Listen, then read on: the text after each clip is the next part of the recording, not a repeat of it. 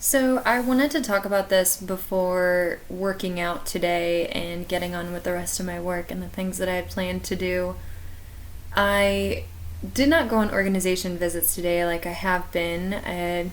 I just decided to stay in the neighborhood and go to the Mittwoch Markt, the market down the street from my flat, and spend some time uh, taking care of myself, answering a lot of emails, doing a lot of grading, a lot of other things. And so I made that decision this morning, and I got some work done this morning, and then went to the market that is down the street from where I'm currently staying. And it ended up being a much longer journey than I anticipated. The more that I stay in Berlin, the more I realize how welcoming people are here and how nice they are, and especially after my kind of midday experience in the market, I have just kind of a new level of understanding for all of the ESL, ESOL, multilingual students that I have ever worked with. I've taught English as a second language and worked with international students in higher education for 5 years now as part of my work. And, you know, I always want to think that as an educator, I am looking at students from their position and trying to work with them and hear their questions, and to really, I think just like any educator, I want to be a good educator, and I want to also be a partner with students as, they come from thousands and thousands of miles away to the United States to learn here in our university system. And there's an exorbitant amount of money involved in all of that. And I remember all of the hours that I've spent with students and my experience in those interactions being the person who they view as a native speaker or an expert, and all of the times that I've really tried to decenter that authority and to make the interactions more collaborative and about a mutual learning environment, about the rules and why the rules aren't the rules and why they don't have to be, that type of a thing. And anybody who's in linguistics or language acquisition or who's worked in education with multilingual students, I'm sure has, understands some of these opinions that I hold. And so I've spent a significant amount of time trying to learn German on the side of my other educational enterprises.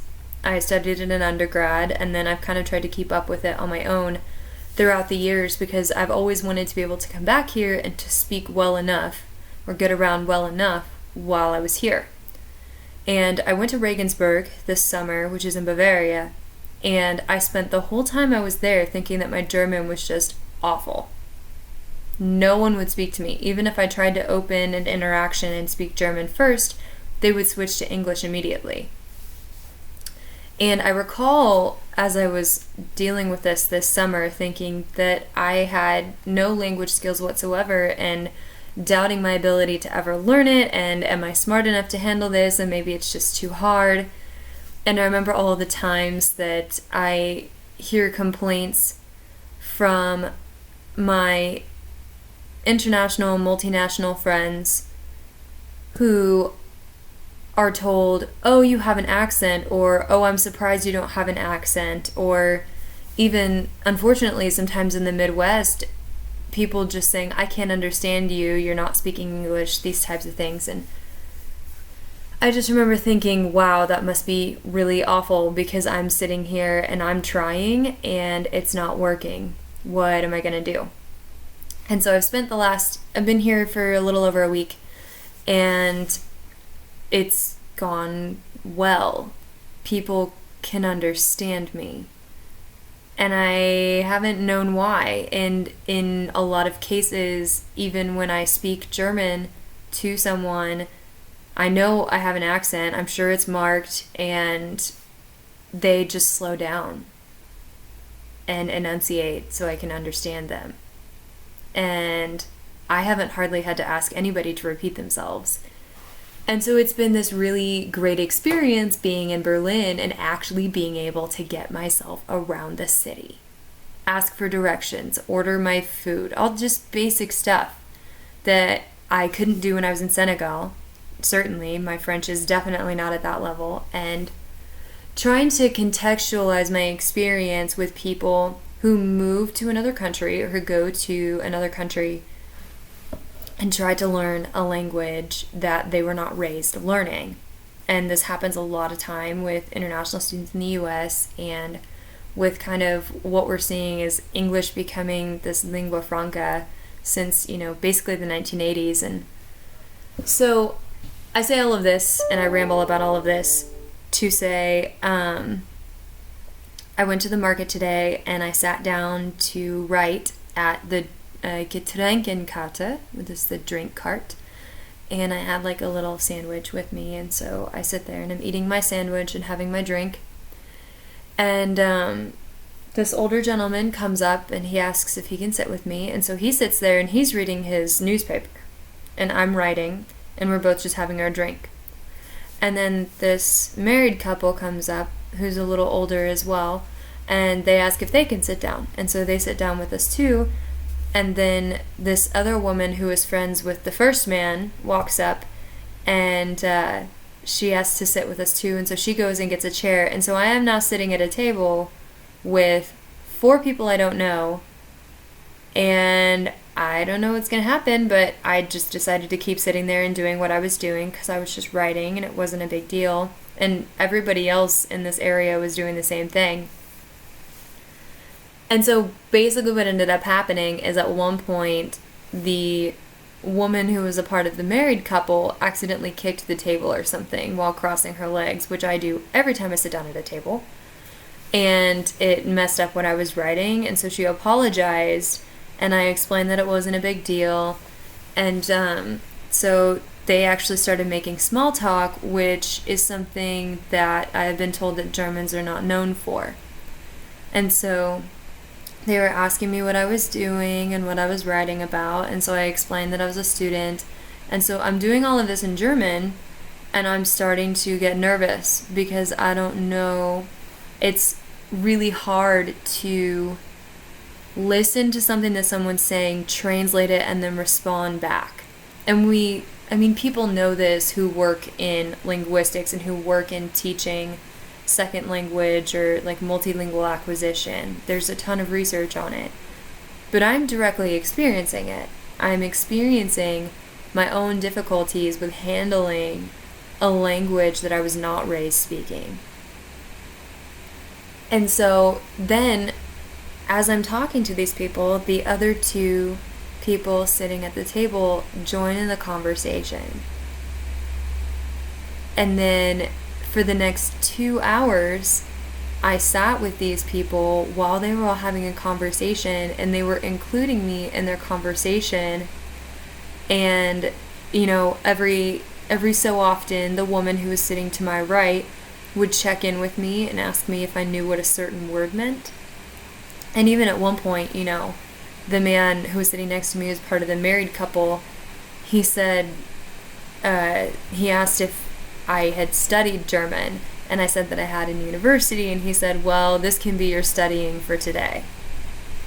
And, throughout the conversation, they had asked me how long I was going to be here, if I lived here now, and Lankwitz is an older neighborhood.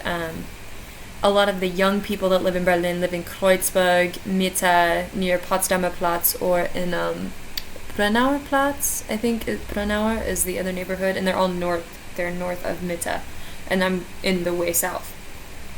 And so they were asking me where I was staying and if I was going to be here for long, or if I lived here, if I had just moved here, that type of a thing. And I told them that I kind of want to move here, that I'm looking into what I could do to move here.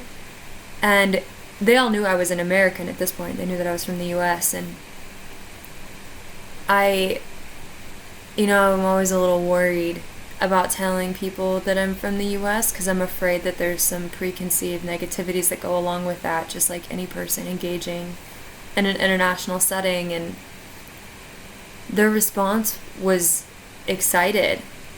They were like, of course you should move here. Your German is good. You have learned so well studying on your own, and you could live in this neighborhood because it's not that far from the middle of the city. And they were explaining all this stuff about like where the young people live. And I told them that I would probably rather not live somewhere like that, and I would like to live somewhere quiet like this neighborhood, because I study a lot and I read, and I really like the pace of this neighborhood, and I don't need to be any closer than a 20-minute train ride from everything, especially not for, the premium rent prices that I'm sure come along with it. But I say all of this to say that I had this really positive experience interacting with these 4 people. But I also, as I'm sitting here, I have an immense amount of respect for multilingual students who come to the US, to the university system, and try to engage in that system daily. It takes all of your brain, like all of it, to key into a conversation in a language that's different than the one that you were raised with, the one that you're trying to learn. And I knew that in theory, but I practiced it today. A 2-hour plus conversation with strangers with, I guess, similar accents, but different rates of speaking and different kind of mannerisms, I guess. It's just so difficult because the translation process, even just on a one-to-one conversation, can be so cumbersome, and there were 4 people talking.